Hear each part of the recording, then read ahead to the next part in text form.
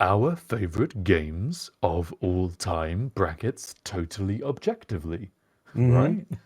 And I want to dance Totally. around like which are the favorite for as long as possible because I got a big list of things that I think like need a mention and just great games that really captured me when they do. And so, with that in mind, in chat, tell us, what do you think?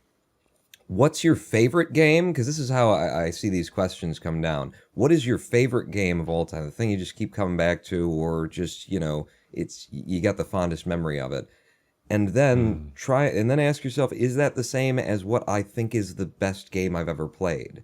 Because at least for me, no, it's not. And it's just a Mm. really interesting idea that you can have your favorite game, and then you can also say, but it's a bit naff, but it's my favorite. And if I tried to objectively say the best game I've ever played, it's a different game, and it's one probably that I don't play that much.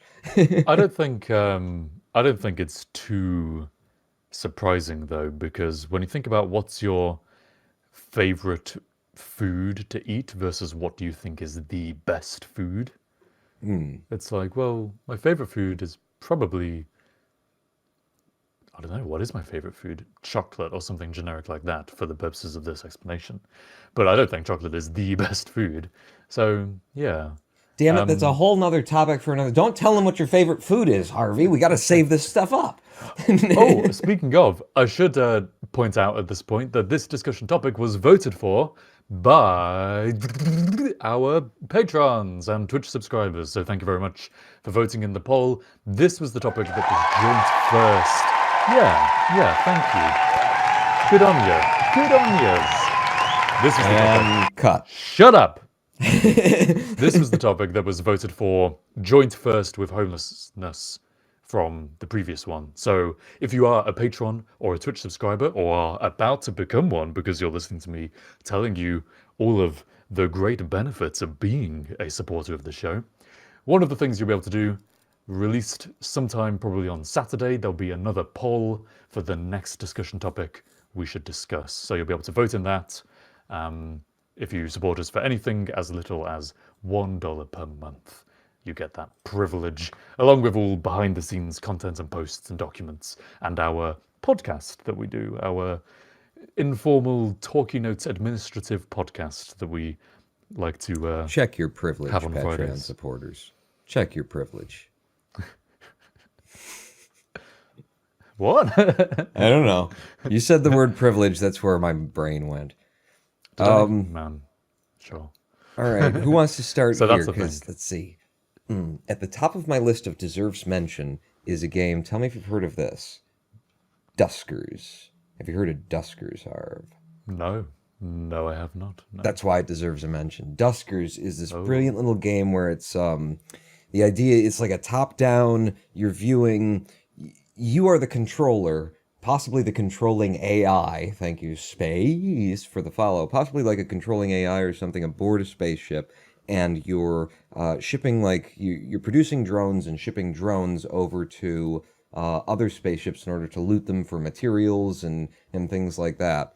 And you control it either by clicking and telling it where you want it to come and go, or you control it by typing in programmatic commands on a command line. Yeah, Yeah, nice. and you can like schedule things, and there's demons and nasties and naughties and evil things that are aboard the ships, and like toxic slime on certain ships and stuff like that. So the funnest way for me at least to play it is to log in and then start typing, okay, go to room 2 and then whatever it was, and then when you get there do this thing, and then I'll start setting up commands for something else, and then it'll get to room 2 and there'll be something in there like, oh shit, never mind, cancel commands, go to room 3, close the door, lock it behind you. And it's this incredibly tense. Yeah, no, I love that. Duskers, was it? Duskers. Yeah, Duskers. I wanna, And it was you know what, I'm developed gonna by start a list. I've actually heard this developer talking about like the development process, and he talks about how he had a completely different like game in mind when he first started developing it, and started passing it around to friends and colleagues in the industry and stuff. And the things that he had like done in these early builds, he was getting feedback on stuff like, oh wow, the it feels really tense, and it feels really, I like that it's really, I feel stressed out while I'm playing your game. And he was like, And that's he not at was. all what I was going for or thought. But instead of being like, okay, let me try and change it so that that's not how it feels because that's not what I was going for, he was like, all right, time to lean into that. Like, if that's what people are like enjoying about it, if that's what the feedback I'm getting, all right. And I believe And Dusker's that's at one point had like background music and audio for the game, and he just ripped it out because it was just that much more tense if there was just this low hum of the spaceship in the background as you're desperately trying to type in, oh shit, go back, never mind, don't do that. that's really good development practice, I think, and it takes a lot of balls, and it takes a lot of like managing your own ego in some way, or maybe not ego, but the fact that you've got this baby of a project which you're putting your heart and soul into, and like you really want it to be a particular thing, and then it's just not turning out to be that. It takes some balls to go, fuck it. Fuck whatever my shitty idea was. Let's go with actually what it's turning out to be. And I think making games is such a multi-dimensional problem that to have anything which is really gripping in any of those one dimensions, you better lean into it, because otherwise you might just end up with something that's okay and kind of mediocre. If you have something there already which is like specifically really good, then totally lean Yeah, into it. you're Which is getting that why, feedback early in the process that, oh my God, I really like this. It's like, oh, that wasn't it. Like, if yeah, you tried to correct for that, you'll end up steering probably back toward like a generic kind of a game when you have something that's yes, theming and that's strong and that people are already responding to. And that was this developer's whole thing. Like in this conference he gave, was it was just like his whole process from front to back turned into just like listening to the feedback and then just going in that direction. Like, what did was people it like? What didn't they like? Oh, they're seeing things about it that I'm not seeing. Okay, let's go there then. was it a GDC conference podcast It could show, have do you been. think? It might have Talk. been. That would make I sense really as like to why I would those. have seen it. Yeah. There's a lot of really good GDC talks, and it's kind of like a bucket list thing for me at some point, is to make a game that gets me invited to do a GDC talk. That would be like fucking awesome. Watch out, because someone And I, else might splice together a better talk. And never mind. my mind leapt to that comparison as well. I know it's inevitable. I want to pick up on the fact that the very first game you mentioned was something that was very specifically, very narrowly good at that one thing, right? Mm, Because I got a load of games on my list here, and what I've done is I've labeled them with kind of different. There's three different labels I've got. One is subjective, one is objective, quotation marks, and one is specific, where I wouldn't ever say it's the best game of all time all round, but it's like, man, at that thing, it's fantastic. And that's what art is really, isn't it? You don't yeah, find the absolutely. best all round painting because you have to make sacrifices in appealing to Generically certain speaking. audiences to be, yeah, the best, most generic thing possible. It's like, it's a perfect, flat, squidgy ball, and it's just soft and not interesting in any way. So, But it's the best ball I've ever seen. by God, does it be a ball well? God It damn, that really thing is spherical. responds to everything equally. Yeah. So, like, I think 80%, something like that, of the games that I've got to mention have got that label next to them where it's like, this is great at this thing. So, in response to Dusker's, then, if the ball has landed in my side of the court and I backhand it back to you, have Hmm. you ever heard or played of Uplink? No, no, I don't think so. Aha, fantastic. So Uplink it's a hacking game, Ooh. similar to Duskers in that you have a terminal and you're kind of running commands. Uplink is less written commands that you type. It's more you kind of have a list of software that you can run to do things, and you're a hacker from across the world trying to hack into different mainframes, and so you're routing your connection through bouncing it off of a million different public servers in order to target that one thing, and like trying to hurriedly run cryptography hackers to break through passwords and erase like login activity histories once you're into the server before Oh they yeah, can yeah, yeah. trace back along your trace path. And so it's all Hmm. very. What's really good about Uplink is that it's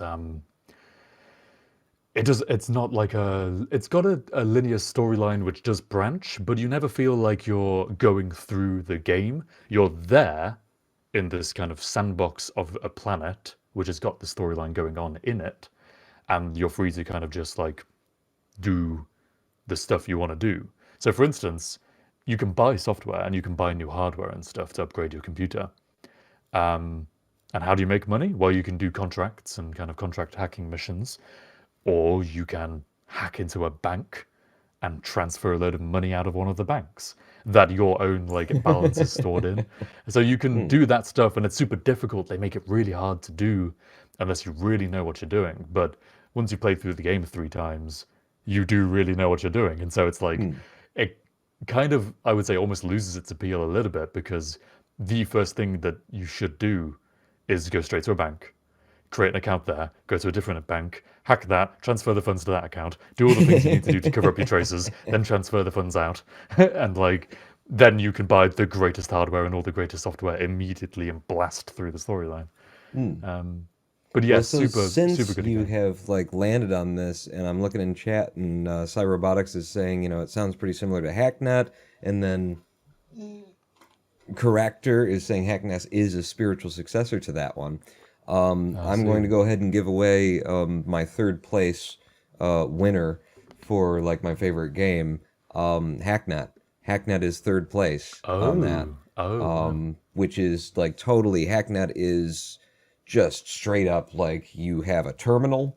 You've got a little map of nodes and different IP addresses to connect to. You're going through chat logs and you're like picking up other IP addresses from those. There's just a whole bunch of really fun stuff that's written in like IRC chats that sometimes it's important and part of like storytelling and part of you figuring out, ooh, if I went over there then and did this, I'd find something. And a lot of times it's just the kind of shit that you see or that you used to see back in the days that IRC was the big thing, Internet Relay Chat. Yeah, yeah. Um, but yeah, it's just like it's the closest I've ever seen a game go to just absolute straight on hacking.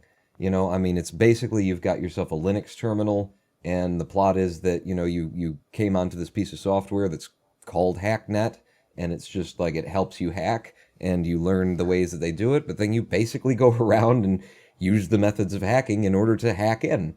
Um, and That's cool. and there's a whole bunch of branching paths of like if you go this way, if you do that, you can get in with like white hats or black hat hackers, and like you can make different connections and stuff. But Hacknet in particular, I cannot say too much. The reason why it's on my list is because there is a moment in Hacknet that gave me an experience I have never had before in gaming, Oh, and it's cool. not that deep into the game. So if you were to pick up Hacknet and play it, you'd come Yeah, across it pretty don't quick. spoil it. Yeah, but it Um, is like this. I've never been so sucked into and absorbed by a game as I was in that moment, and I've just never seen it done anywhere like that before. So that is why Hacknet is third place on my winners list, which I wouldn't have wow. revealed, but you were talking about Yeah, Hacknet, or you were jumping talking about straight into the Uplink, winners already. which is Wow. apparently Hacknet is the spiritual successor to Uplink. Hey, that's really cool, because yeah, I was wondering how much crossover we would have between our lists, and it's really cool that kind of like, I mean, Uplink for me was almost a last minute mention. It was it's really great at that one thing it does, but it is, even at that, it's a little bit dated now, a little bit lacking, and so by the sounds of it, I would really like Hacknet if it's the successor, effectively. Yeah, Yeah. yeah, probably. Well, I will And check it I will out. throw this in Yeah. because we're on the topic too. Another one that deserved mentions is sort of just a collection of games that are all by Zachtronics. Zachtronics games, so TIS 100, Exapunks, Shenzhen IO, and the Solitaire game that he put into Shenzhen IO. But these are all programming games, some of which have a hacking overtone to them, but it's basically just programming game. and it's Hmm. just the best. Yeah. Zachtronics has done these games way better. Other people try to like simplify it, and Zachtronics' way of making a good programming game is instead of simplifying it, um, basically it is simplified by the fact that you tend to be programming in assembly. So move, The commands copy. are each pretty simple. Yeah. Yeah, so they're really simple commands. You got like maybe 8 of them that you can use, and then the challenges just get harder and harder, and you end up, Hmm. developing new pieces of hardware in which one? Like Shenzhen did that. TIS 100 didn't. Exapunks didn't. Exapunks was a different thing, but there was another one that I actually don't own by Zachtronics, but part of Shenzhen IO is that you're actually working for like a hardware manufacturer and you're writing the code for the hardware. So then you actually pick from a list what pieces of hardware you want to put in. So it's like, do I need a memory chip here? Do I need audio playback services and things like that? But ultimately, you're just Hmm. dragging in the hardware and then programming the integrated circuitry or the chips, the on-chip code. I like. Yeah, I've been wanting to make a coding game for a long time, so all of this sounds just so cool to me. And I did kind of get somewhere with an idea for a coding game at one time, and then I kind of became a bit disillusioned with it and stopped doing it. But the way I went about coding it was very bad. But it came back to the same kind of idea of like prototype quickly in the only way you know how, and then sit back and maybe do it again now that you understand the difficulties. So I'm kind of at that backstage of that game right now. But yeah, coding games. I've not played enough to be honest, and I've been meaning to check out Zachtronics games since you've introduced them to me a while ago. Yeah, And I think Hacknet sounds it's like the I should totally play. Yeah. best that they got out there. And Corrector says just started playing Shenzhen IO 3 days ago, which, by the way, is how I know how to pronounce Shenzhen because they teach you it in the I game was going to in say, well text. done. Yeah, very good. Very good. But my recommendation is one, you're going to have a ball with it. Don't get too into the Shenzhen solitaire too quickly because it is addictive. It is a brilliant solitaire game that exists within the game. And once you start playing that, you'll probably forget how much fun you were having actually doing the coding in Shenzhen. And you'll just end up playing solitaire. The Oh solitaire game man. that is a mini game within that game was so good that he ended up pulling it out and releasing it on Steam for like $3 because people wanted just the Just that solitaire game so alone. much. Yeah. Well, that's interesting you say that because I don't think I will reveal this, but my top chosen game, if I really had to choose, my top one has a similar thing. So I'm going to save Mm. it. I won't go into it yet. Um, right. You said your first one was just because then mine was Uplink and then yours was Hacknet, so it's back to me. Mm-hmm. Mm-hmm. Even though we kind of went on the tangent there with the other. You wouldn't include then Zachtronics and those games in your kind of top. How many? They're just honorable I mentions. did a top three, and I decided to put in the mentions Zachtronics games because Okay, they're definitely the good. best of doing the programming kind of thing, which I enjoy. But Hacknet is the ideal of that class for me because of the Hmm. experience it created that I'd never had Yeah. anywhere else and still haven't. Okay, let's go then. Let's continue on the train of kind of programming and take it a little bit more to automation. I'm trying to find someone in chat said it earlier, but Factorio, which I've played again recently.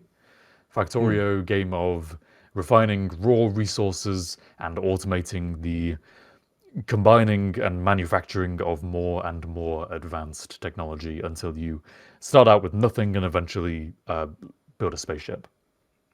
Really, really good game. Really, really great for that certain type of obsessive person who just wants to sit there and optimize and figure out logistics for 2,000 hours. It's the best. It's like heaven for those people. So it's like deserves a mention because I think it's the best thing out there in that specific niche. Crack for OCD. Yeah, basically. I mean, that's not its only appeal, but it's so good at that and satisfying that kind of itch. Yeah, I've Kid definitely Bob in put chat has some just hours said into Factorio myself. yes, and you were offering to come on and and co-host with me when I was playing, which I kind of wish now that I'd agreed to, because I ended up kind of just getting tired and not really getting into it. And I think the reason that happened, having come back to it, I've already played a good 50 hours, which isn't that much, but it's an amount of hours. The reason I got tired on that stream, I think, was because I was doing the opposite of how I... So with the game development thing and the idea of prototyping and then failing quickly and going back and starting fresh, I thought I'd done the fail quick prototyping when I last played. The problem was I'd waited about 6 months, and then now I was trying to go back and do it properly without being familiar with the game anymore. And so it just felt very slow and frustrating. Especially with an audience too, because that is definitely Factorio is the kind of game where like probably the most enjoyable experience is just to like completely zone out on it. You just tunnel vision into it and just and when you're trying to do something for an audience, it's really hard to like just even pull yourself away from what you're trying to do and look over to chat. And also, you don't want to look over to chat and then see people going, that's not the way, you should put it in 3 blocks, and then there's 2, and then you put it over here. It's like, shut up! That's the whole point of the game. This is the only part that I can enjoy, is figuring out how I want to do it. I tried streaming Factorio once before. Oh, there's a massive fly in my room. That's crazy big. All right, never mind. Oh god, I just want like a basketball-sized fly to just enter the frame right now. Just a small drone just drops into your camera. Keep watching and maybe we'll see it happen. Yeah, so I tried streaming Factorio once before, and I had like 3 people watching, and 2 of those had more than 500 hours in the game each. And I don't think... Trying to remember truthfully, I don't think they were really trying to backseat drive. I just interpreted it that way, and I hated it. So I was just like, all right, fuck this. I can't do anything good. I'm really crap at this game. And so I just gave up and felt sad for a while. But yeah, Factorio, great game. Recommend it. You should try it if you haven't, for those of you watching. And with that, back into your court. What's your next one? Oh, crap. I got something else. Okay. Other things on my list. So this is one that's kind of off the beaten path. I think it was actually released originally as a cell phone game. That's the wrong camera. As a cell phone game. Out There Omega Edition. Out There Omega Edition is you start in, it's like a very 2D kind of a thing, but you start in a certain spaceship and you got to survive. Very sort of FTL, which is also on my list of things that are really fucking good. But FTL, faster than light, very much in that, like, you know, that vein of trying to survive and trying to upgrade your spaceship so that you can get to the next place, so that you can get to the next place, so that you can not die. And having to choose at every point whether or not to stop by the sun and pick up more fuel, or do another thing, or do I investigate that, or do I not investigate that? And Out There Omega Edition was really, really good. In fact, I am like completely convinced that what's that game that when it came out, like it was kind of overhyped and No Man's Sky? No Man's Sky. No Man's Sky. Wow, that's all you needed, huh? Kind of overhyped, spaceship relevant. No Man's Sky. We're just on the same wavelength. I could tell where your brain was going. That's all.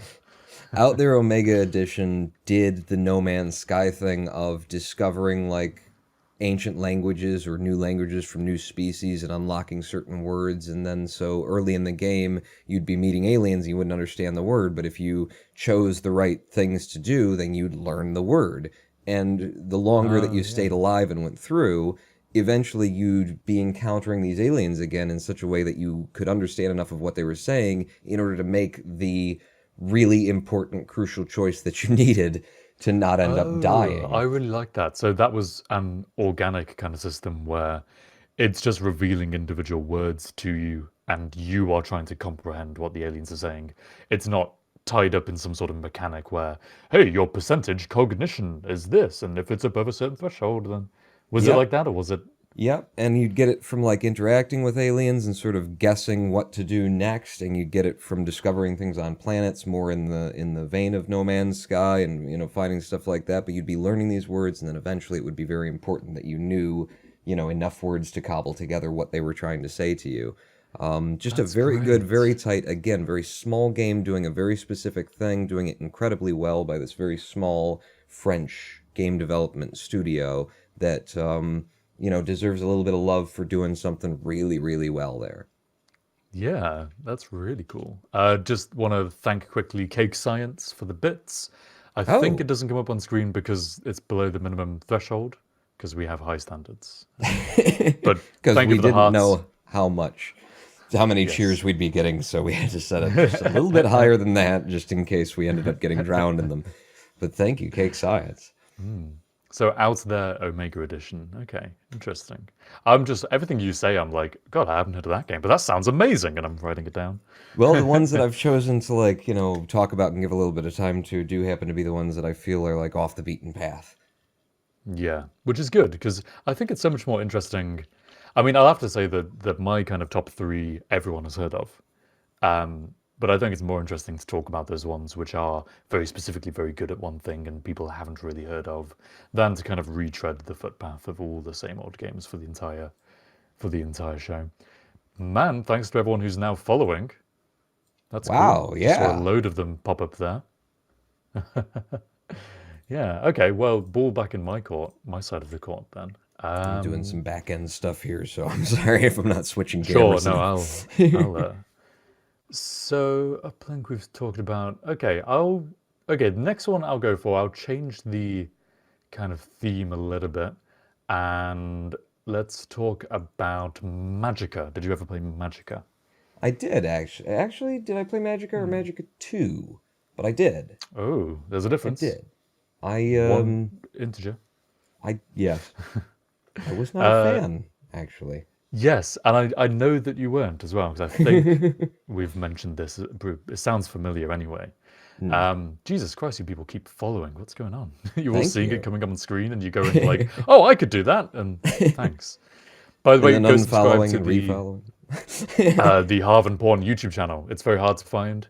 If someone in the Oh, chat could post it's that not right that hard now. to find now. You just go to harv.and.roninpawn.com. You I made set it! it up. It works. Oh, brilliant! At Oh, I least I need to heard it change all the works. descriptions. Harv.and.roninpawn.com. I'm just testing it. Oh, yes! Oh, fantastic. Oh, I'm so happy that worked. That's so cool. There you go, harv.and.roninpawn.com. Go subscribe because all the VODs and everything are available there. So Magicka, very different to the ones we've spoken about previously. I wouldn't even dream of putting it kind of in a best games of all time category.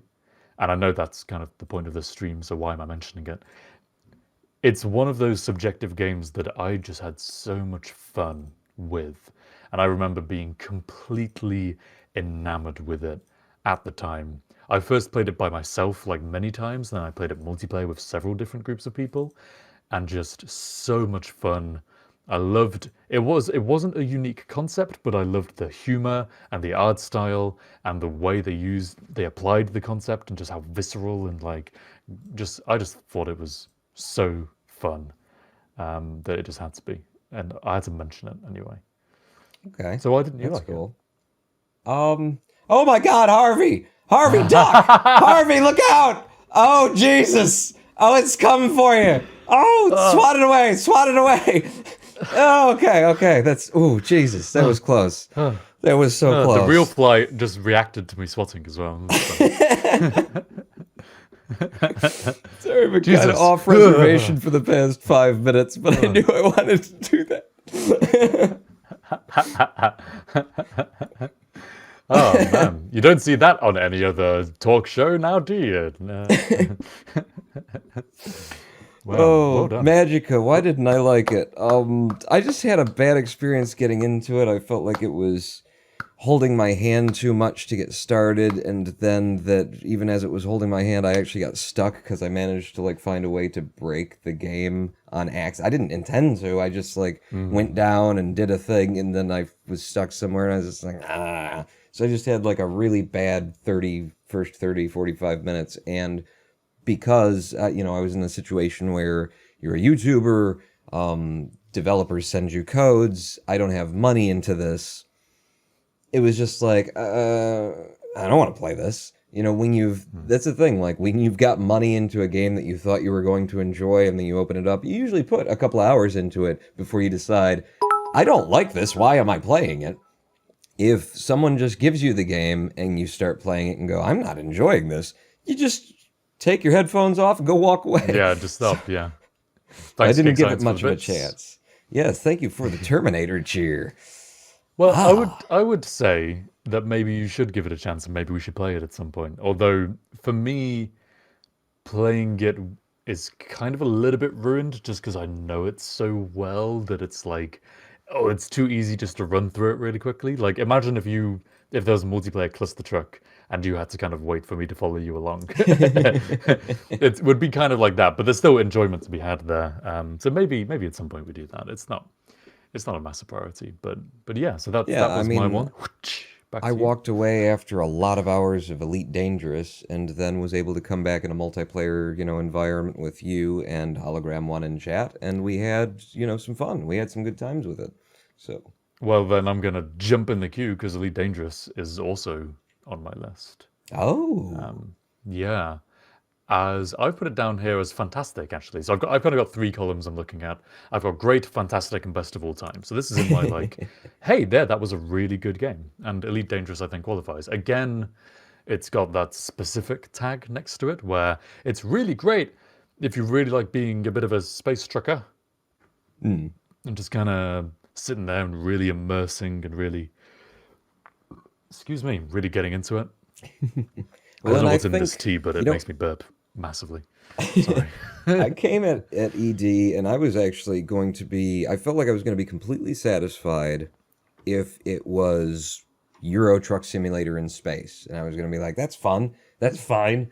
And it just ended up being like, I think it's probably a lot better game today than it was at launch. Because Oh, there were yeah, so for many sure. people logging onto the servers and they just hadn't done a full scale test of it. And they had sort of hinged everything in ED on the in-game economy. Like there's an economy of between different worlds and different solar systems, and there's missions that tell you to go do things, but when enough people have done those things, those missions aren't there anymore. So you're gonna have to go out and do something else. And that meant that I came into a game hoping to like, you know, just trying to do the things, and a lot of the times because I was there actually, I was there. It was a much better game before launch, when it was still in the beta period or the gamma period, they actually called it. But because there weren't as many people online, and then as soon as there were people online, all the missions were gone, and there was nothing to do. And you'd load into the world as a new player, and there would be nothing for you to do but point your ship somewhere and start flying, and hope that wherever you landed, there was something to do. So, yeah, I think they, you know, from what I've seen and from what we experienced when we played together, they have, you know, ultimately figured that out and realized, yeah, we can't not have missions for new players, and we need to do something about this in-game economy that makes sure that you get missions that you can accomplish, and that the missions are there so that you do have something to do. But yeah, it Matty turned me Hayes in off, and I chat put a lot of says, time in it up front too, like trying to. I really wanted to love it. There were parts of it that I really loved, and I was like, "There's something wrong with me. I just don't get it." You know, it's one of these games that doesn't explain itself that much because you've got switches and toggles for everything in your spaceship. So like, what's it going to explain to you? You kind of got to figure it out. So I had 40 some hours into the game before I decided, this sucks. I don't have anything to do in my spaceship. to be fair, I mean, the fact that you got 40 hours into it before deciding that is something of a testament to the how engaging the game was. Yeah. When it was I was on, gonna it was say, on amazingly. I was gonna just read out. Matty Hayes said that again, something I wish I had friends to play Sing Convoy over voice comms with. And first of all, Matt, I've seen your message on Patreon. we're going to think about it. I'm going to talk to Pawn about it at some point, and we will get back to you about that. Thanks for supporting us, by the way. As for your message in chat, wishing that you had friends to play Sing over voice comms with, like you said, Pawn, that the game was kind of at its best when there were fewer people in the game. I think Elite is a game which improves exponentially along with the ratio of number of friends you're playing with against number of other humans in the game. So like the more people you're with and like having a good time with, the better. And kind of like too often running into other humans, running into them occasionally is really cool because it's unique and special. Running into them all the time back in the beta, because I also played back then, I thought it was good at the time, and now that I've played it, now it's died down a little bit. I think it's better now than it was. And that's also because of the other changes they've made to the game. But yeah, really great. I mean, I called it a space trucker kind of thing, and you said that that's what you went in expecting. And that's kind of how I played the game for the first 40 hours. And then got back into it after a bit of a year's break, and then played it as like a more of a fighter combat type kind of thing. Really enjoyed that. And then we played it on stream, on your stream, with Hologram, and we kind of did a little bit of everything. Was it mostly fighting we were doing? Mostly, yeah. We were tracking down pirates. Yeah. Mainly. Enjoyed that massively as well. So that was like, yeah, good times. Again, Sorry like, to interrupt, but are there going to be any clips in this clip show?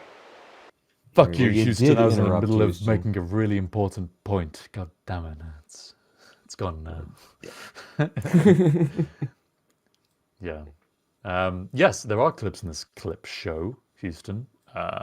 We've got a comedy skit for you. Actually, well, it's not really a comedy skit. I mean, it's pretty serious, I would say. There's a degree of just factual kind of, asking the hard questions. Yeah, to people who don't necessarily have them. Ladies and gentlemen, boys and girls, we now go to Harv and Pawn News Network or something.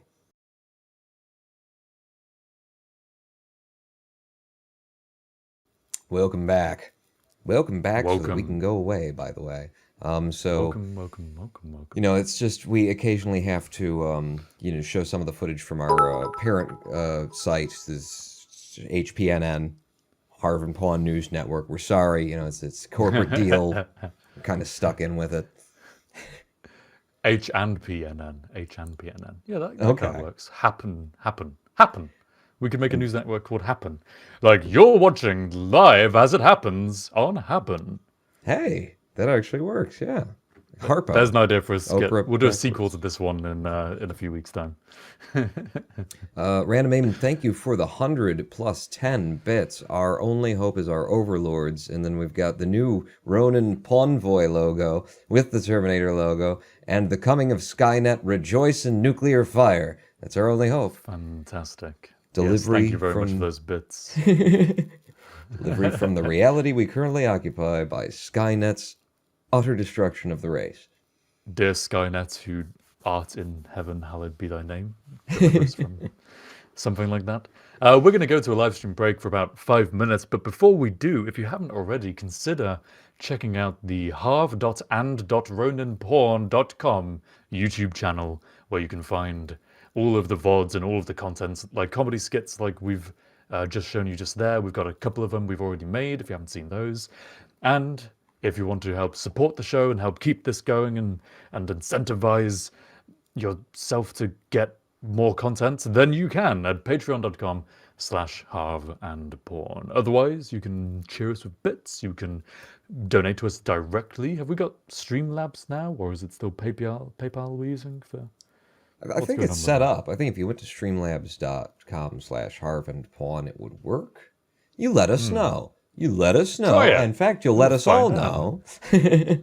Yeah, it On might the show up on screen. stream if you do. But But for yes, right now- otherwise, regardless of whether you... You're just expecting it now. Regardless of whether you do or don't, please stick around during the break. Well, go pee and yeah. attend to those mammalian needs that we all have. and then come back in 5 minutes, and we will be continuing to discuss our favorite games of all time. Oh, mammalian. Sorry.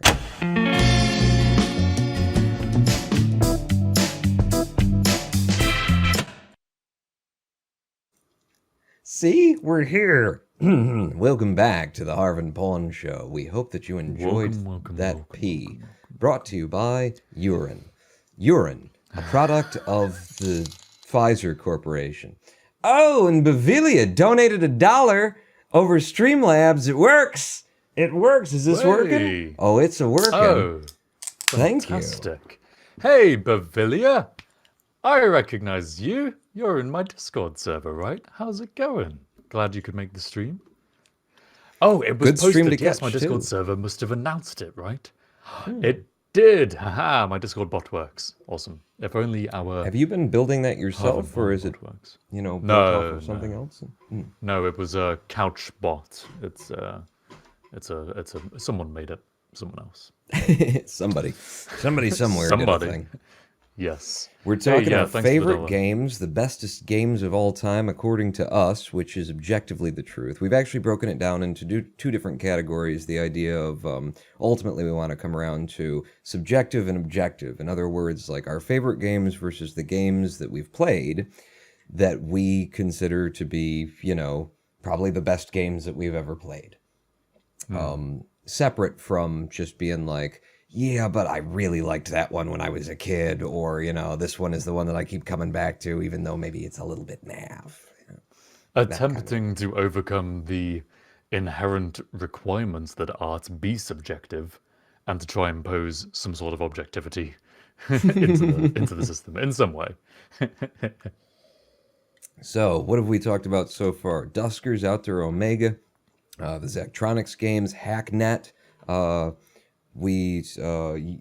my end, we've got Uplink, Magicka, Elite Dangerous, yes, Factorio, and man, this is about a third of the way through my list, so we gotta pick up the pace. All right, let me throw one out there that is recent that I think most people will recognize. Return of the Obra Dinn. That's on my list as well. Hey, we should have like a special kind of dun, dun, dun, dun, dun, dun, dun, like a game show and turn over the cards and they're both the same. Wow. Yeah. Return of the Obra Dinn. Congratulations, Harv and Pawn. You have won $1 through Steam Labs. Return of the Obra Dinn. Yeah, what a great game. Go on, you mentioned it first. You tell them. Tell them what it is. Oh, it's 3D first person, and it's in a video style that is 2-bit. It is in just old raster-looking graphics kind of thing. It's dirty. It's not even 2-bit. It's actually 1-bit. It's 1 or 0, right? Because it's just black and one color? Just completely black and one color, yeah. It's 1-bit, yeah. Return of the Obra Dinn, that's an easy one from recent memory that just for me, it managed to do what Myst and the Myst series of games had done, so long ago. It's a puzzle that you're just completely immersed in the story and the world, and you've been here before so many times, but now you know something different, and things just start emerging. Obra Dinn, giant sprawling puzzle game where you're looking back at the history of, the people who died on this ship or the people who got off of this ship, and just it's a brilliant game made by a single developer that blows your mind when you realize that it was made by a single developer. You are given one task from the very start of the game, and that is to account for each person that was on board this ship. And by account for, it is quite like accounting in many ways. You have got a book where you've got like images of everyone and a list of names and a list of positions, and you have to match up what position they were, kind of what status they had on the ship, how they died, and who they were killed by or what killed them.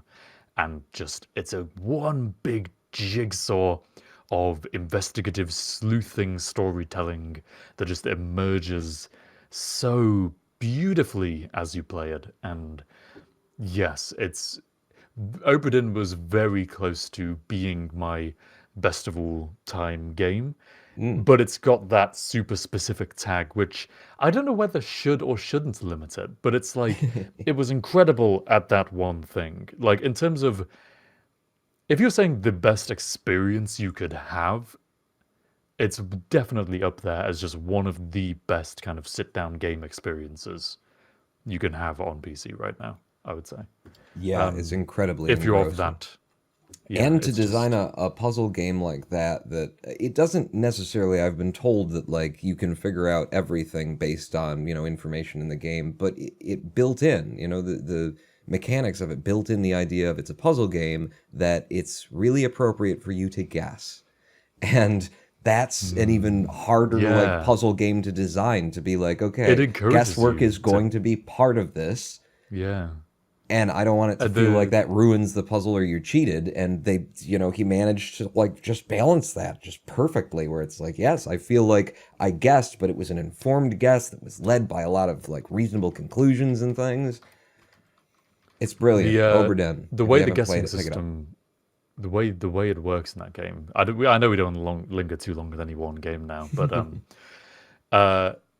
in trying to guess these details about people, or trying to match them rather than guessing, every time You have to be a little bit match racist. all the that wasn't what I was going helps. for, but okay. It does help. Stereotyping can help, yeah. Every time you fully fill out 3 people's details, then the game will either confirm, the game should confirm that you got them correct. And if you didn't get all those details correct, it won't tell you anything. So you can kind of go, oh, okay, I've got these 2 people who I filled out all of it for, and I'm fairly sure I got these right. I'm pretty confident. And so I'm going to guess for this 3rd person and just keep guessing. And assuming your first 2 are correct, it'll tell you when you get it right. But it means you can't just outright guess like everything, because you'll never by chance get 3 people guessed correctly in a row. You'll also And even find if out you- how little you know about like maritime stuff if you don't know. Oh, You know, you'd be yeah. like, oh, that guy Oh. looks like he's steers the ship. No, Yep, he was no, the he's, cook the or gunmaster. something. You know, it's like, Yeah. what the hell? But that hat. No. I had You've no been watching idea too many what cartoons. You know, I've forgotten it now, but it introduced me to so many new naval terms that I did not know, and I've forgotten since, apparently. But, man, what a good game. Developed by Lucas Pope, the Yes. one man who made that game. And the other game of his that is on my list, and a contender again for being kind of one of the best experiences you can have of all time, Papers, Please. Yeah, Which is Lucas just Pope, friggin' beautiful just game. putting him over the fence every time, just nailing So him. impressive. Yeah. And I think it says something that both of his, I mean, he's got other games he's worked on in the past. I've not checked those out actually, but I think I'm right in saying that with all of his games, it's something mundane taken into a very interesting context. Papers, Please, you are border control security, checking passports and making sure there's no erroneous mistakes or discrepancies between different documents. But it's an interesting context because it's all framed by this ongoing kind of subjugation of the people and border control policy with foreign nationals trying to enter the country, and like terrorism happening, and the government kind of clamping down and quite racistly blocking all people from certain countries or certain nationalities or certain districts. And so more documents get introduced over time, and suddenly you go from checking a passport against a list of rules to checking a passport against an ID card, against a photo scan of the body, against a written memorial from their 6th form science teacher. Like, there's just a million different like arbitrary documents and rules that keep changing each day that something new happens in the news. And on top of all this, you're trying to earn enough money at your job in order to provide for your kids and your wife and your family, which can, the actual members of your family can change depending on the choices you make in the game. And just, Yeah, What a so in game. one Lucas Pope game, you're a paper pusher at a passport station, and the other one, you're literally an insurance agent adjusting claims on this ship that rolled up on shore empty, trying to figure out how much we owe. Yeah. Yeah, literally that it's all about just your insurance claim, isn't it, for that? But Oh it's man. brilliant. They're both All right, great. so I threw out Return of the Obra Dinn. You brought in Papers, Please. Back to I'm you. gonna throw out an easy one. Kingdom. 2D. Oh, not 2D. Kingdom Come Very very Deliverance. old school. Pixel art kind of animation style. Somehow it's like. It's basically a tower defense game, but you never realize that you're playing a tower defense game while you're playing it. Hmm. You are either the king or the queen, riding your horse back and forth, running from place to place, making money through doing certain things and erecting certain things, and then using that money in order to like pay just wanderers on the countryside in order to join and come and be part of your city as you're building it up. And you need these giant walls at either side, and you need archers, and you need people to fight off the horrors and the evils that come every night, and they come in even harder sequence at the end of like a 7-day period or something. Whatever the period is, you ultimately get the big wave of baddies. So it's very very like stock standard tower defense kind of mechanics. But what it did so brilliantly was just like you never realize that you're playing a tower defense game while you're playing Yeah. this game. It's really good at creating so much like just lore and sense of authority over the situation, but you're also in the world. And the game doesn't end in this tower defense game unless damn it, I hit the wrong button again. Unless your crown as the king or queen falls off and one of the evil horrors of the night gets your crown and runs off with it. So it comes back to you on your horse behind the lines of all the people who you've hired in order to guard us overnight, just waiting and hoping. And if the walls fall, then you're just running around hoping that one of the archers takes down enough of them so you can stay away. It's a brilliant, That brilliant little sounds game with great. an incredibly cool art style. They did in 2D pixel art, like reflective water surface. That's Oh. just it's really good. It's really impressive. So Kingdom, another little game, Kingdom. maybe wasn't on everybody's radar, but very good, not tower defense game. Kingdom was also funded by a government organization, as far as I know, so that's cool. Is it like Wow. GTA 5, where it turns out that the British government subsidized it because it was such a good thing for British culture? What? Really? That happened? Yeah, GTA 5 was GTA subsidized 5. by the British government? What the Yeah, hell? got a subsidy for like game development that was like created as for the arts and for games that promote British culture and British heritage. And so this game set in a fictional like LA in California, somehow, because they managed to meet all of the technical requirements, Rockstar, because they don't have enough money, it was funded by your tax dollars, Harvey. GTA 5. What the?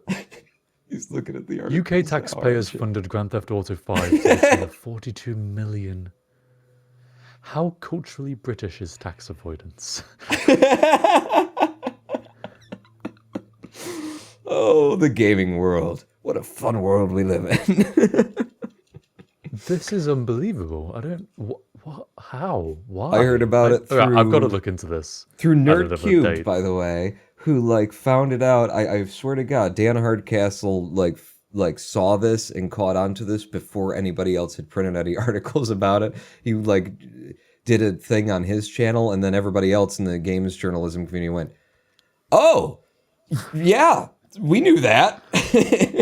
At the time that the game's developers put in their tax credit application, Grand Theft Auto 5 had already generated several $1 billion in sales and profits. So it was a drop in the ocean for them. God, okay, I'll look into that at another time. That's amazing, man. Okay, let me bat one back at you then. How about FTL Faster Than Light? Cool, you're knocking one off my list too. Oh, play the tune. We both got. Oh, Let's let's see, game show music. Congratulations, Harv and Pawn. You both just got won the an all same expenses paid trip to Rome, where you'll whatever people do in Rome, you'll do that. Sweat to death. Oh god, that's what I did in Rome when I went there. Nice place, but very busy, very crowded, very hot. Cool history though. FTL, Faster Than Light, man, what a well polished concept, just taken to where it needed to go.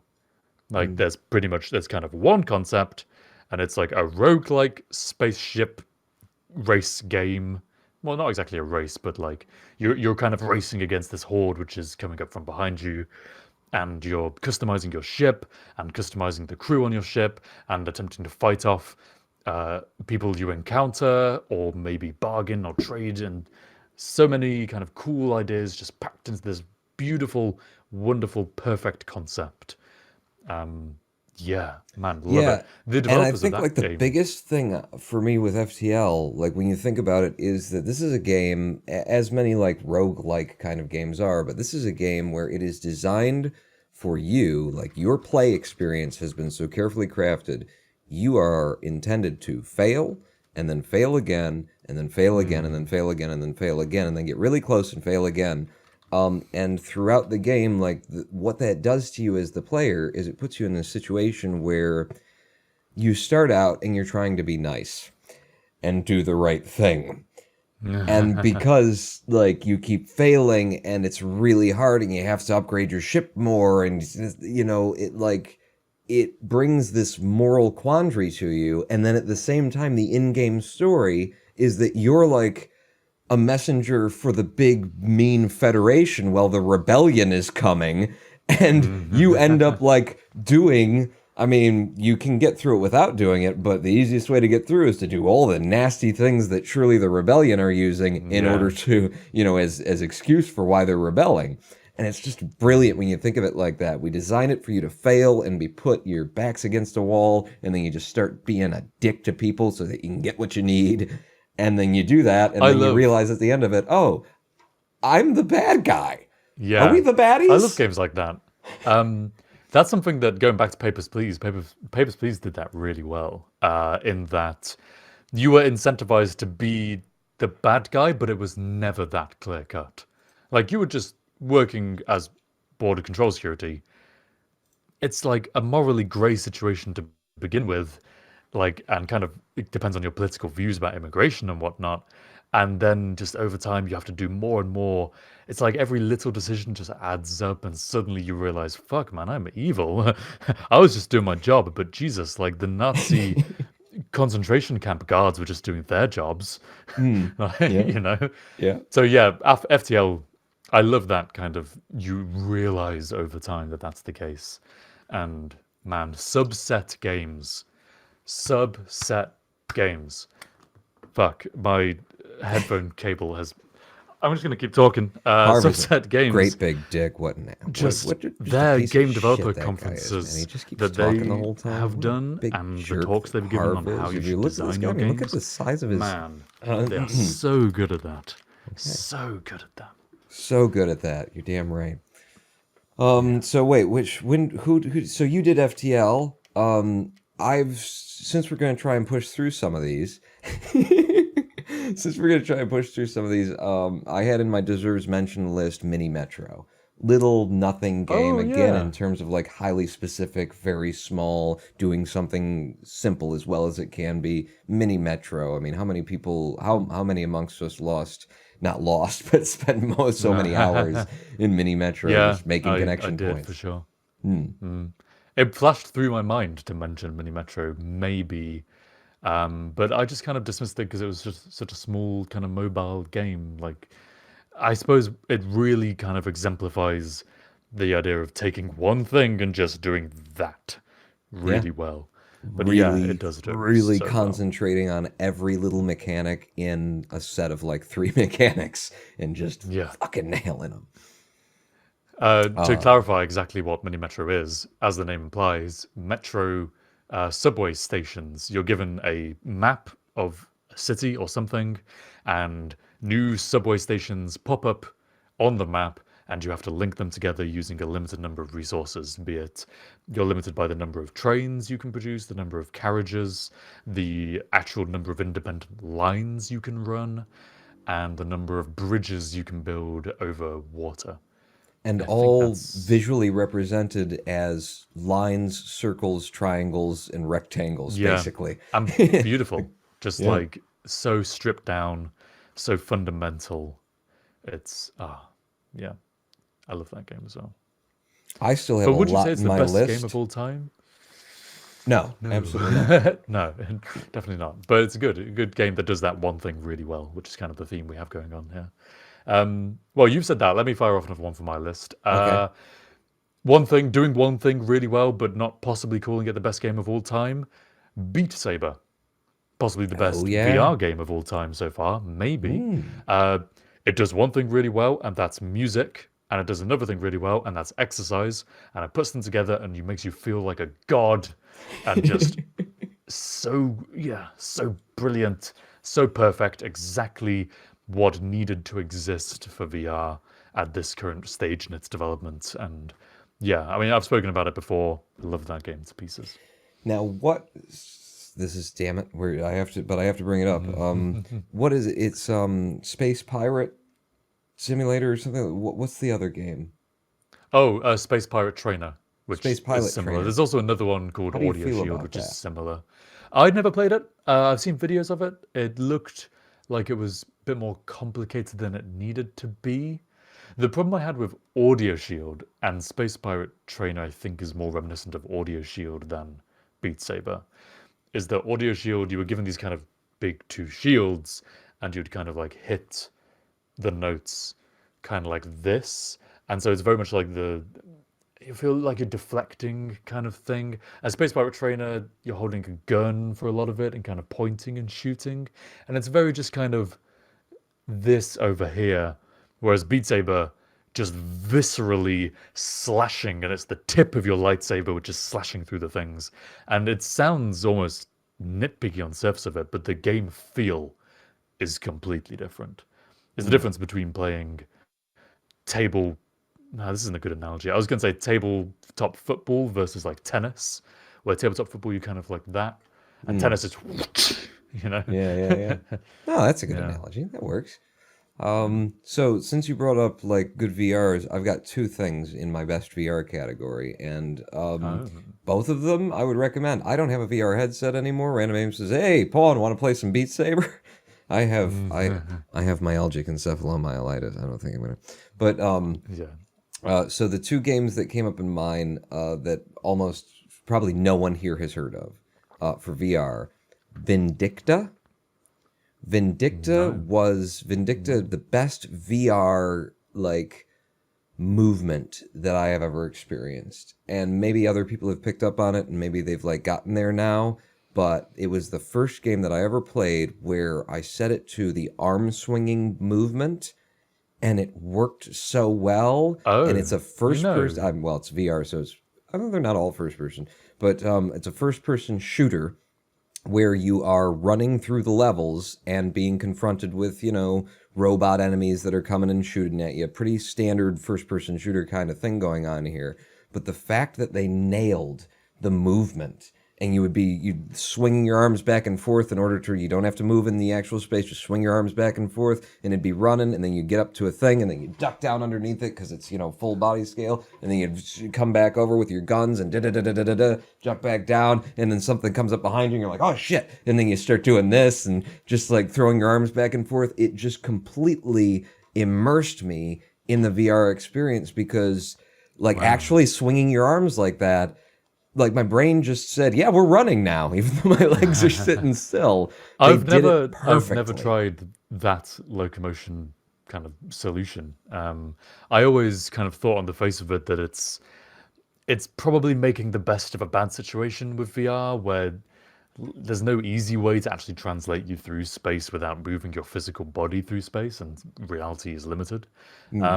So I wasn't kind of I was a bit skeptical of it, really. I never really paid much attention, but apparently Yeah, and it worked this really well. one did it so incredibly well. And that's the thing is I don't think like a lot of others have done it well or they hadn't back then. I had seen that kind of locomotion tried and it just didn't work. This one just felt so right and worked so correctly that I actually came to the game and was not I did a video on it on my YouTube channel, and like the first 30 minutes of gameplay, I was just like picking it to pieces and being like, this sucks. You haven't given me everything that I need to know. I'm bouncing off of walls over here trying to get this thing to work. And then I got into the game, started playing it, and it completely reversed my opinion.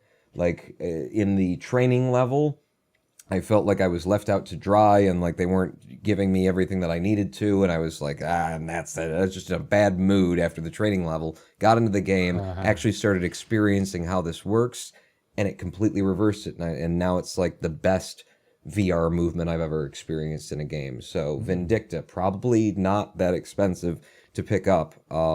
To test my supposition of whether or not it's the best Probably arm swinging movement.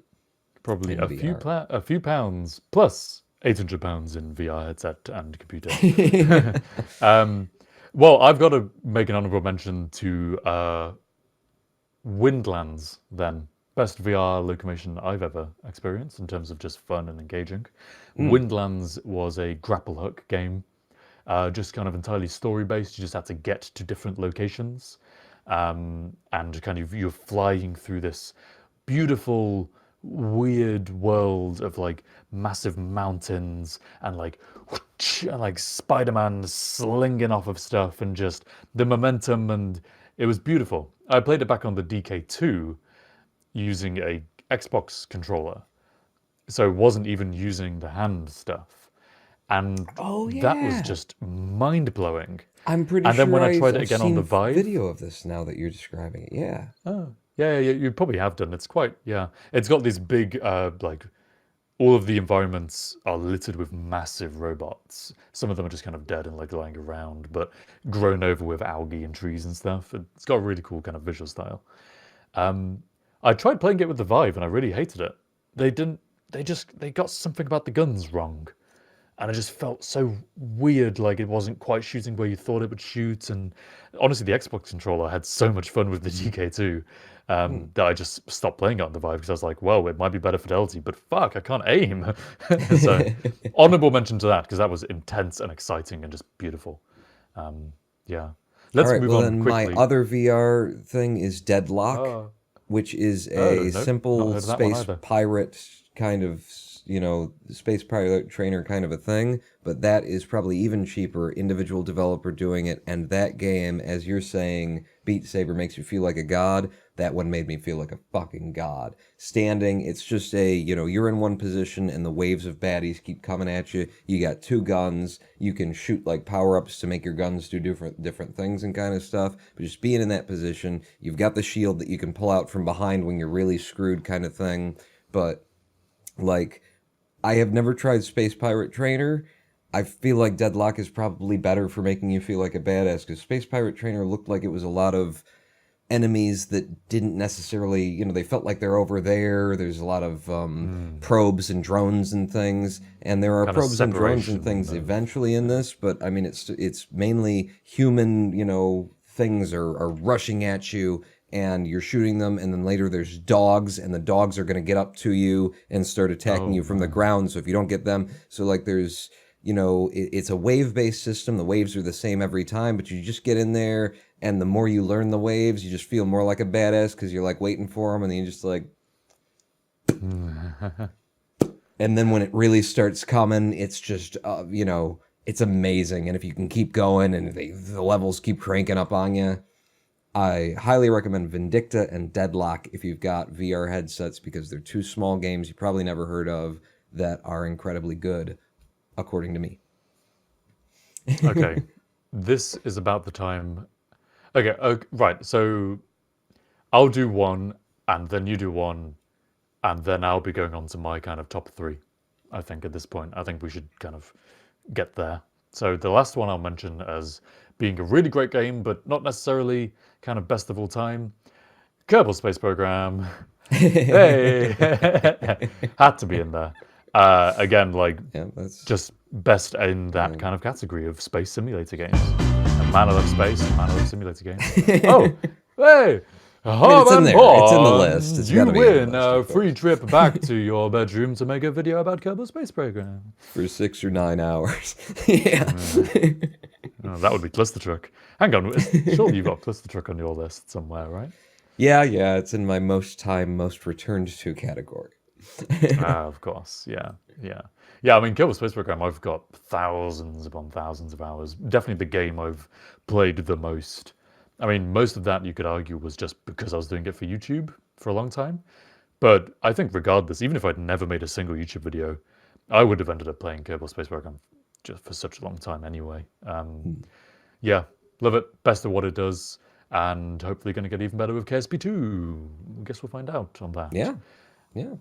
Back to you. If we're gonna rush through them, let me just rush through them and drop some names here because there's still a few on my list. We did Faster Than Light. We did Kerbal Space Program. These are in the also ran category. Firewatch, incredible at what it did. Walking simulator, but that story, those characters, so involving. Cities Skylines. Build your own city, manage every little tiny minutia thing, especially when you start downloading mods for it. Absolutely great. Cluster Truck, as you mentioned. XCOM Long War. This is in my category of things that I've spent the most time with, most time returned to. Long War being a mod for the original, XCOM games. I believe XCOM Enemy Within. Just makes the game into so much more that it could have been if it wasn't geared toward just like the largest 95% audience of, people. Minecraft is too easy. The mod for Minecraft that makes it incredibly difficult. I've spent incredible amounts of time with that. Have to give a mention to World of Warcraft. I don't know anyone here who hasn't lost a year or so of their life to it. I haven't. I'm not in that camp. You're too young. I had RuneScape. RuneScape was my equivalent. I lost several years of my life to RuneScape, which I know someone in chat mentioned as well. Wait a second. RuneScape, also another good one that spent a lot of time in. And then old school. I had a whole category for old school. Hitman, Codename 47, the best fucking Hitman there's ever been. I haven't played any of the others. But Hitman, Codename 47, the original, just the things it did with what it had back then. Zelda 2, The Adventure of Link.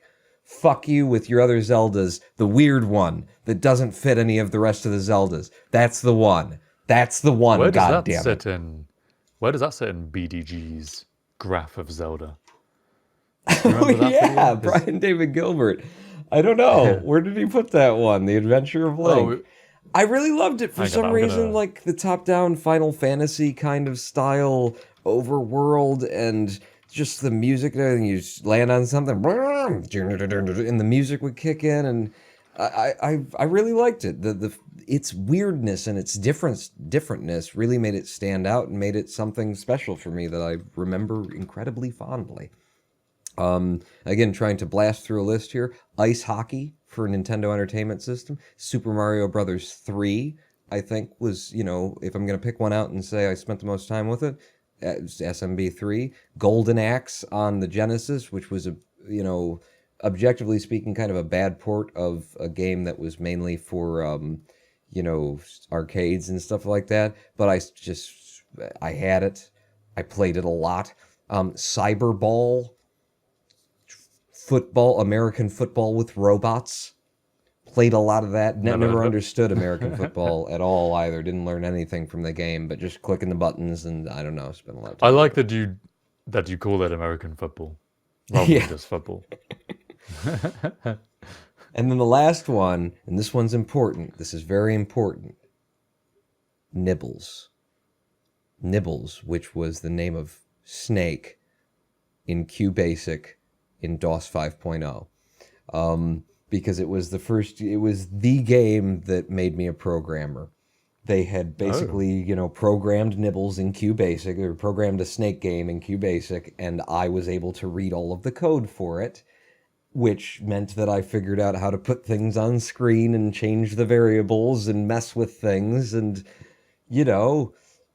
give you rewards for most farts or something, because I was so young. But Nibbles was a big thing for me, just Snake in general. I suppose you could say, but yeah. That gets us through my list of like also rans and other things that deserve a mention. And now, Harvey, onto the main game. Well, hang on. You rattled off a lot of names, so I'll Okay. rattle off the rest of the names that I would have skipped otherwise. Okay. The Stanley Parable, Mm. a great narration game, kind of one Yeah. of a kind there as well. Another good walking simulator. Chivalry, most visceral first-person kind of melee combat I've ever played in a game. Dishonored, really kind of interesting puzzle stealth assassination game that there's like a million ways you can do each thing, and you can really role play how you do stuff, and just love that. Skyrim, big Oh, childhood yeah. nostalgia. Yeah. Skyrim was, yeah. And yeah, that brings me to our top three. So I said at the start, well, we both said we've got our objective and kind of subjective labels.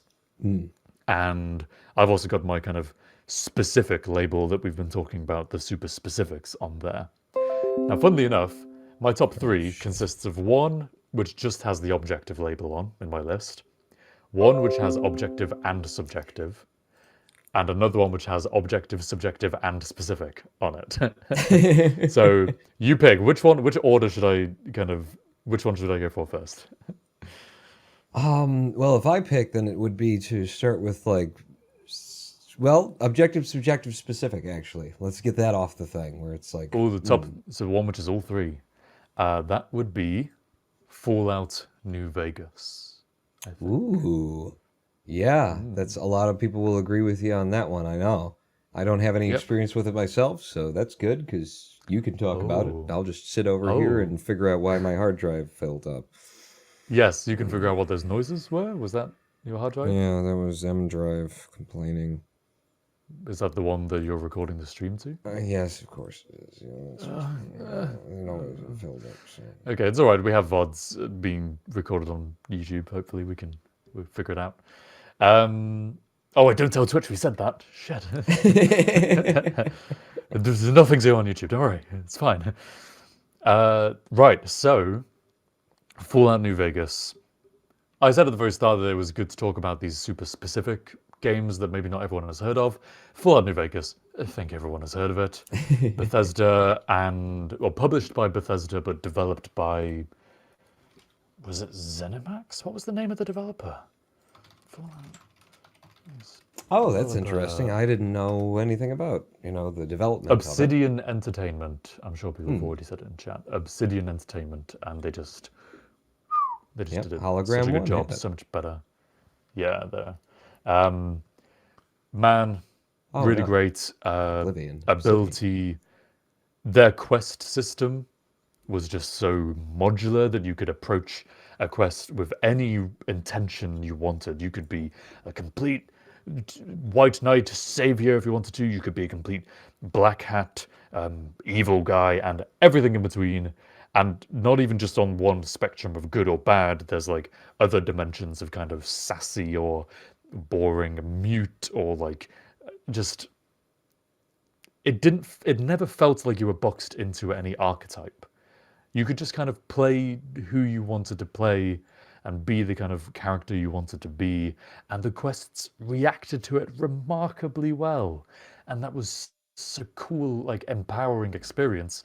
And on top of that, it's a little bit dated now, but the actual kind of gunplay, the typical Fallout VATS system, a little bit clunky, but it worked pretty well. The voice acting, a little bit clunky at times, but mostly pretty good. The graphics are okay, especially if you've got mods in there. The graphics can be really good. The actual storyline that you're following, super interesting. The choice you have to affect how that storyline proceeds, really cool. There's such an availability of content that you can play it once and see 10% of the game, if that, and play it again and see a completely different side to it that you didn't know existed. Fallout New Vegas has the all three kind of categories, and I've put it with its super specific label, but I'd argue actually, now I'm talking about it, that it is just generally overall a really great game. And so with Not saying anything new here, but yeah. the feeling that that you can play it a number of different ways and still have like a different experience, and that the world is actually like changing to you. Kind of the opposite of Fable. I've not played Fable, I'm afraid. I played Fable a bit. It's actually quite fun and stuff like that, but the big complaint against Fable is that basically you are either the good guy or the bad guy, and that's Right. all you can do. But they like so shipped the idea of, oh, you've got control, you get to choose whether to this or that or the other thing, and it's basically just you're either full on, demon or full on angel, and anything in between is just fucking weird. Doesn't really work. Like Shadow the Hedgehog. That's a game that I don't think has anyone else other than me played that game. It's such a No, I single haven't dimensional played it. game. I've but- definitely watched the Game Grumps with, picking up guns in a Sonic the Hedgehog world and shooting Yeah. down like police officers. Interesting way to go there, Sega. You could be middle of the road, but only by equally killing humans and aliens. Yeah. Yes. So my kind of, I think my best game of all time, kind of subjectively, it's kind of tied with my other subjective one, and it's probably definitely not my objective best game. But let's go to yours. Do you have an equivalent where it kind of seems to tick a wide variety of boxes? No. I've Okay, got, well. but I do have a second place subjective, and that is The Swindle. The Swindle, yet again, another game that probably most people haven't heard of, because it didn't get enough love, but the developer, just The Swindle, okay, so it's a 2D platformer, you're a thief, and Scotland Yard is, you're in the future, and so Scotland Yard has robots that have created a anti-thieving device that once it goes online is going to just put you and every other thief in the city out of business. And so you start out in it's another roguelike, and you start out in the shittiest part of the town, robbing the houses that don't have much that you can really take from, and there's these little like robot drone guards that you've got to get past and jump around and swat them with your little bat, knock them down, or find other ways to like just get them to go over there while you slip past them, that kind of a thing.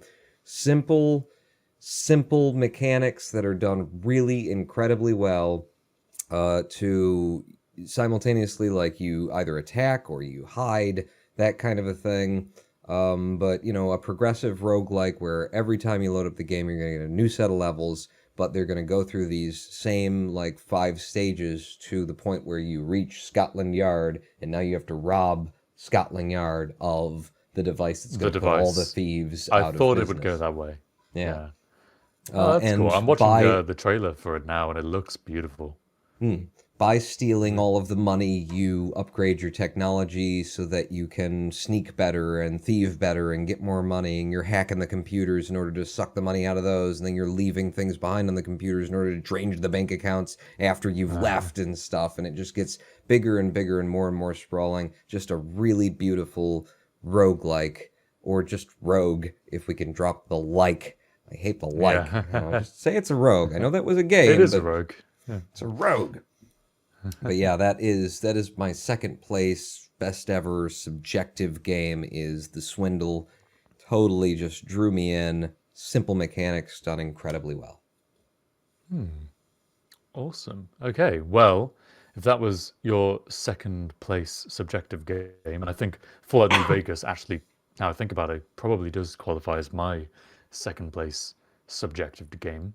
I'm going to go now to my first place, tied first place objective game, which is Minecraft. So you already Okay. mentioned on your list Minecraft is too easy. I'm viewing Minecraft in its entirety, including Minecraft is too easy, including all the different mods to it. The reason it's my objective game and not my subjective game is actually because I used to enjoy Minecraft massively, and it's a game that I keep on coming back to, and I think I look at it kind of critically, and I'm like, critically, objectively, damn, like it's done really well. It's just got so much freedom, and it really kind of coined a whole genre there, and yeah, just such a great game, so much potential, so much freedom to be creative. But I don't really it's not really got a special place close to my heart, I would say, which is surprising. Yeah. Because I played it such a large amount, and I would argue that it maybe kind of got me onto the path of programming because I really got into redstone logic. My first introduction to like logic was redstone logic gates and/or XOR and everything else that you can build from those gates. Spent so much time on it. I was staying up late at night. When I was younger, I didn't have like a laptop or a computer or anything, but my dad had his work computer, and my parents would let me do homework on the work computer.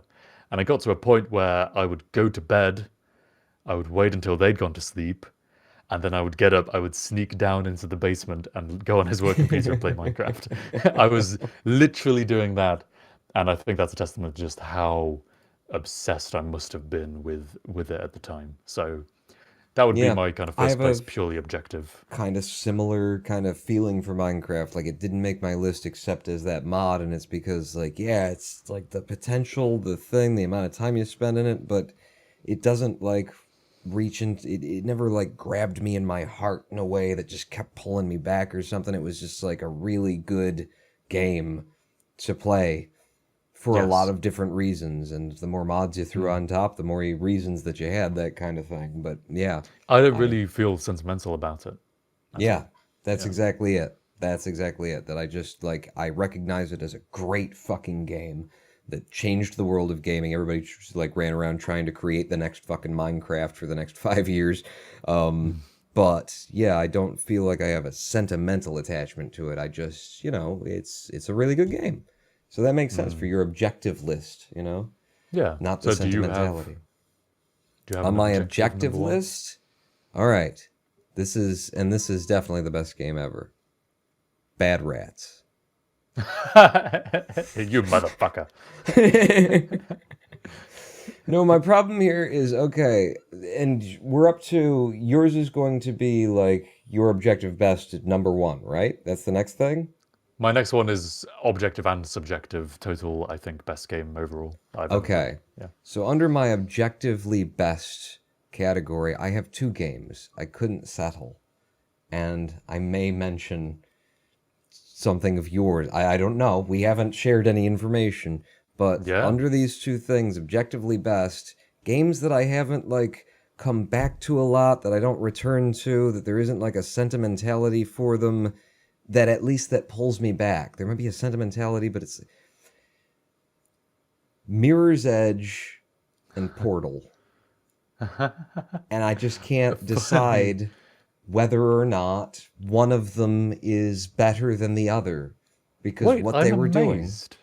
I'm amazed because Mirror's Edge didn't even make my list, and I'm the one who spent like several hundred hours trying to speedrun that game. How is Mirror's Edge on your kind of top of the pile? I don't understand. It is on the top of the pile for me because when I'm thinking objectively, in particular, my experience with Mirror's Edge was I was blown away by how they could present me with, the first time you run through the game, and the second time too, if you're not paying much attention like me, but the first time you run through the game, you seem to be presented with just wide open rooftops, and there's all these different varying paths, and of course, after you play it, you realize there's only a couple, but, all these different paths, and even without, like, the red thing on where certain objects are red to sort of guide you toward where you need to go. Yeah. Because I think I turned that off Runner immediately. vision. They call it runner vision. Without runner vision active, the design of those levels, I ran through just about every level in that game and never got lost. Never found myself in a corner or against a fence that was like, oh, you shouldn't have gone that way. Like, the graphic design, everything about that game was built as though they had gone over it 1,000 times in order to see, how do people run this? How does the 95th percentile of people play this game when they see it, and made every little subtle adjustment in order to present you with something that looks like it's completely just an open forest, go any way you want. But everyone, or at least the majority of people, take the same path because the visual design, the level layout, it just draws you to go in that direction. And so I felt like I was doing something unique and just like making the choice that made the most sense. But it was all an I get what you illusion mean. of game design. You know, they've just done it so fucking well that I'm sitting there going, oh, I'm a fucking genius. Obviously, if I run over there and go over that fence and then off that wall, that's going to work out. No, they spent hundreds of hours figuring out that most people will make that conclusion and set it there in order for me to have the experience of, I am a fucking parkour artist. Jesus Christ, I should do this right now. And then I jumped off my roof and broke my leg. But that's not their fault. They just inspired so much passion in you. That, So wait, did you try out Catalyst? Because I looked at it and went, nah, I don't care. Yeah, I think I did the same. Yeah, no, I didn't. Yeah. I didn't. I saw something about, combat and open world. And I was like, you don't understand. You just never understood, did you? What? Combat and open world. Man.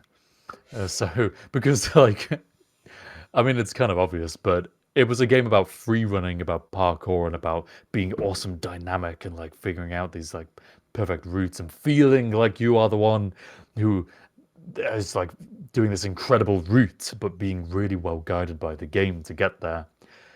Having people in your way that you have to fight and stop and fight ruins it. And wherever that happened in the original game, it happened the most at the worst, or therefore became the worst parts of that game. And open world, I don't know how well they did or didn't pull that off. But for me, like as someone who tried to like get really good at speedrunning it, the appeal was in the perfect timing and making the perfect jumps and like choosing the perfect way to do a perfect level, and that progression kind of. Most people say like, oh, this game is way too linear, but the linearity was one of the great driving forces behind the sense of momentum that you got with that game. Yeah. Yeah. It's kind of a weird omission for me, actually, now I think about it. I probably should have put it on I should have at least mentioned it for sure. Well, and the other one that I mentioned there, of course, Portal. There's just no question about why that would be on the list, right? Tremacian with the subscription. Excellent. Hello. Ha ha ha ha. Thank you for that. Hello. Many thanks. Jason, this means you'll be able to vote in our poll for the next discussion topic after we round up this one. 'Cause it's getting on, Pawn. Come on, tell us about Portal, and then I'll tell you my favorite, and then whatever your remaining one is, if there's a remaining one. So Portal is Portal.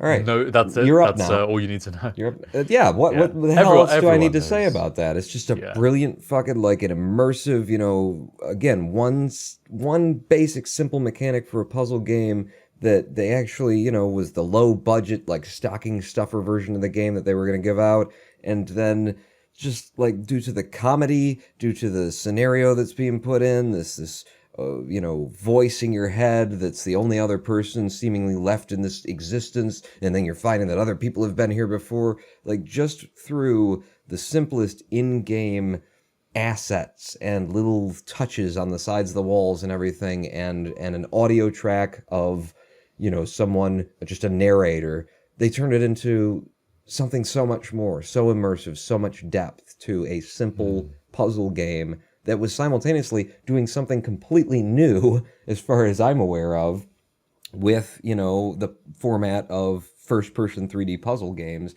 They just hit it all in one thing, and they did it as though they weren't even trying, because they really weren't. It was just like, this is going to be the other thing that we put on with the rest of our games that we release. Give us something. They just worked on this game and were like, hey, we got a 3 neat days. idea for a puzzle game and we think it's pretty funny.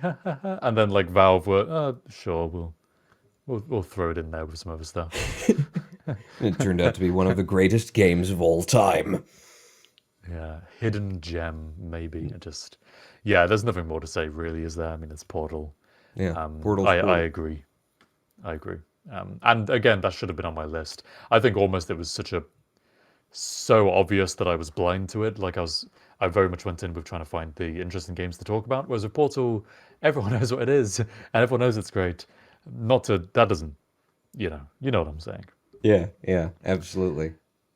So, my number one. Oh, I've got At that. the very I can start of the actually do stream, that. if you remember all the way back then, you mentioned a game that had a different mini game inside it. That mini game. Fuck, I can't even remember the name of it. Never mind. The game is The Witcher 3. The Witcher 3. Oh, you ever play yeah. that? I have not, but I have seen people playing it, and I have heard the good news of the Lord. Yes. Gwent. Thank you, character 222. Gwent was the name of the Oh. trading card game within it. card You could go through the game world within and it? like, yeah, you could. It's not even trading. Kind of a trading card game. You can get the cards by trading with people, I think, but it's this layered battle thing where you have the front line, the middle line, and the back line, and you choose which cards you play in which areas, and like you have an army kind of clash with a different deck, and just great. And they made that into its own standalone game because people liked it so much. And I did reach a point in the game where I kind of stopped doing the main quest and I just played Gwent for a while, for a long time. Loved it. Character 222 says that he understood Gwent just as well as they understood Caravan. I never got Caravan. Fallout New Vegas had a game called Caravan in it. Never understood it, but I understood Gwent. I thought that was way easier to grasp. But yeah, The Witcher 3. Well, that's a pretty cool thing. Beautiful. Yeah. Reach Yeah, out for a game within a game. Yeah, absolutely. But The Witcher 3, beautiful visuals, beautiful feel of the mechanics, beautiful story, beautiful stories within stories, the terrain, the voice acting, everything. I played it using a Steam Link. Do you remember when the Steam Links came out? Oh, yeah. Yeah, I've got one. I'm using it right now.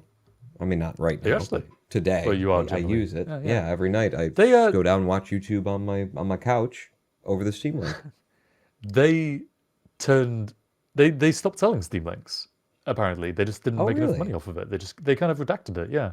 Now the only place you can get them is Well, on they eBay or sucked something. when they came out. They were really broken. The firmware sucked. It didn't behave correctly a lot of the time, but they actually fixed the firmware eventually. I know just because I've been using it for the past 2 years. Yeah. I haven't used mine really properly since I finished playing The Witcher 3, and I think that just added to the experience because I was playing in my living room at the time with projector onto the wall and just completely, yeah, immersed. And beautiful game, Oh, that sounds brilliantly cool. well written, well characterized, and even better, it's got a DLC expansion called Blood and Wine. And the Blood and Wine storyline and the missions in that are even better than the actual main game's storyline. And I would argue that the way Blood and Wine ends so way stronger than the main game ends. To be honest, the main game's kind of final boss fight is it's a bit lackluster. It's a bit crap, really. But only in comparison to how great the kind of build-up was to it, I suppose. But I would totally recommend you, if you just have a slot in your week for a couple of hours a night, just, yeah, get into it. I would say as well, my main criticism is probably the first couple of hours, actually. I played The Witcher 2 and really loved that. That would be on this list if not for The Witcher 3. I figured it was kind of a bit redundant because Witcher 3 just did everything better. But I never played the first Witcher game. And the start of Witcher 3 is kind of a lot of backstory that I think comes from the first game to some degree, just with the characters. And I didn't feel left out, but it just didn't matter to me. And so kind of the first hour, I kind of didn't get engaged. But from then on, once I'd kind of found my engagement, then I was hooked. And yeah. All right, well then, does that bring us to my my top subjective game of all time? It does. Roll the drums again. Oh Jesus! I just clicked it off. Where is it? There it is. So, ladies and gentlemen, boys and girls, Ronan Bowen's favorite game of all time is Riven, the sequel to Myst. Oh, of course. I've never Some played people it, but here already you've know. mentioned it. Yeah. Yes, Riven, the sequel to Myst, my favorite game, subjectively speaking, of all time. Another puzzle game. Clearly, I'm a big puzzly, programmy, and roguelikey kind of a guy. But Riven, the sequel to Myst, Myst was incredible when it came out because of what it was doing with graphics, because they were all pre-rendered, but it was immersive. If you can look back at those old graphics and convince yourself that someone was immersed by them, we were immersed by them. Holy crap, they can do this? It made your crappy, computer feel like, oh my god, this is like George Lucas level graphics. How are they doing it? This looks like Tron. But Riven, the sequel to Myst, was basically the guys who made Myst, a game that is still remembered to this day, two of them out of a garage, now had funding. And what they made was just absolutely incredible. It's a system of islands that exist within the Myst world. The idea is that there is a magic art form where you write a book, and if you write it correctly, then you can travel to that book. You're basically either it's a linking book, so you're either it's sort of left open for your interpretation, at least in the games that I've played, where either you're creating a link to something that pre-existed, so kind of quantum mechanics like, that you wrote a story about something that could have existed and therefore now it does exist. Or rather, didn't so much write a story. I think it's more about the idea of you wrote very technical details about how a place would work. And because that is part of the possibilities of quantum mechanics, it does exist and you just linked to it. Or you created that world because you wrote the book about it. So there's that playing on, and Riven really digs into that with a father figure in the game who was one of the originators of this art form, writes Riven, and then goes there and basically plays God. And you are coming to the book that he wrote, where he played God with the culture, after Brilliant. they've all been following him and believing that he's a god and that kind of a thing. And, no one will come out of the little hutches and huts where they're in because you're one of those, you're one of those people from over there. You're clearly one of the gods, and they're all a little bit afraid of you. So you're left in this eerily vacant landscape, putting together all these puzzles. It is the only game, because this culture of Riven, of the Book of Riven, of the islands of Riven, is so much like what you need to understand in order to play the game. This is the only game I've ever played where I consider sociology to be the main form of gameplay. Understanding a foreign culture based on their images and their carvings, and learning their language. Literally, in this game, Harv, you learn how they write you learn their mathematics system, you learn their number system, and if you don't understand it, you're not going to beat the game. It is a game that is based I love that. on, sociological study of a culture that refuses to have any interaction with you. It's like every kid's kind of fantasy of making up their own language, and just from, because some people might come at story writing with this whole I just want to write a story, and then other people come at it with, I want to imagine a planet and how the geology of that planet led to its formation, and how the formation led to the development of an intelligent species, and how that influenced their language and their culture, and really just completely uniquely build up this whole secret language of a sociological system. Yeah. And to have you then have to learn that as a player in order to be able to play the game, that's kind of a bold move that any game studio that's not two guys in a garage with funding would balk before they did, Yeah, they wouldn't do it. absolutely. It's just so immense. It's so, incredibly detailed. And because exactly what you're describing, these guys wrote a story, wrote a world, and then considered every little detail of that world. The amount of detail that is in this, because it is pre-rendered. So they did all the 3D modeling in, not having to worry about, will we be able to render it in real time? No. So it's all, the best rendering they could do at that time, given their funding and that kind of a thing. but they rendered like every pipe that would go to a device, that would go to a machine, that would carry some steam is in the game, and it goes through some terrain and it comes out at another place. Every single fucking thing makes sense. There is an elevator in that game where if you send it up while you're not on it, it goes up, and there's a drainage system underneath it, because obviously the water, if it rained in, would pour down there and it would have to drain somewhere. That has nothing to do with the game. It just needs to be there because otherwise the world wouldn't make sense. Yeah. That's the level of attention to detail in Riven. Is the most beautiful world creation is when you look at something and go, that's there for a reason. Yeah. I feel like the only place you really get that, apart from Riven by the sounds of it, is in really good novels, really good kind of fantasy novels. I love the works of Brandon Sanderson, who wrote the Mistborn trilogy, amongst other kind of things. And all of his novels are set in his one big universe, but all different planets and different cultures. And he really does, like I said, thinking about the geology of the planet, he does start with it.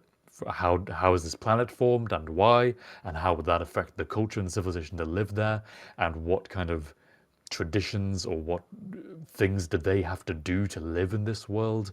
That level of detail where you live and breathe this fake reality. I need to play Riven. That sounds fucking awesome. Yeah, I would say skip Mist, and you don't even have to necessarily go on to the sequels, but goddamn it, Riven, man. Riven. Wow. And there we go. I think, ladies and gentlemen, that's about all the time we have. So you've heard it from us pretty comprehensively, pretty objectively. There you go. There doesn't need to be any further debate now. We've answered the question for you, so you're welcome. Those are the best games of all time. Those we've mentioned in this talk show today. Go no further. You have the list. Now you can buy all of those and have the best gaming experience that mankind knows.